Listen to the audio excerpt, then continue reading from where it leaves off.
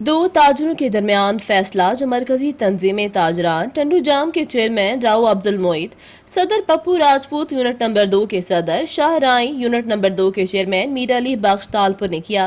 फरीक अव्वल कमालुद्दीन वल्द गीगे खान, फरीक दोइम असद वल्द अली बख्श मरहूम, इन दोनों फरीकैन ने प्लॉट नंबर 567 स्क्वायर फुट मकान नंबर 394 मोहल्ला गरीबाबाद कॉलोनी टंडू जाम में तनाज़े, जिसका फैसला दोनों फरीकैन की बाहमी रजामंदी से मरकजी तंजीम ताजरान टंडू जाम यूनिट नंबर 2 के चेयरमैन मीर अली बख्श तालपुर की जगह पर किया गया। इस फैसले में MQM पाकिस्तान के सेक्रेटरी इंचार्ज सज्जाद आलिम खानजादा, साबिका कौंसलर राव इमरान फैसल, राना फैसल, नवाब फरमान, शहर के मौजूदीन और बड़ी तादाद में ताजर बिरादरी ने शिरकत की। दोनों फरीकैन की तरफ से गवाहों के बयान सुनने के बाद फरीक अव्वल कमालुद्दीन वल्द गीगे खान को दुरुस्त करार दिया गया।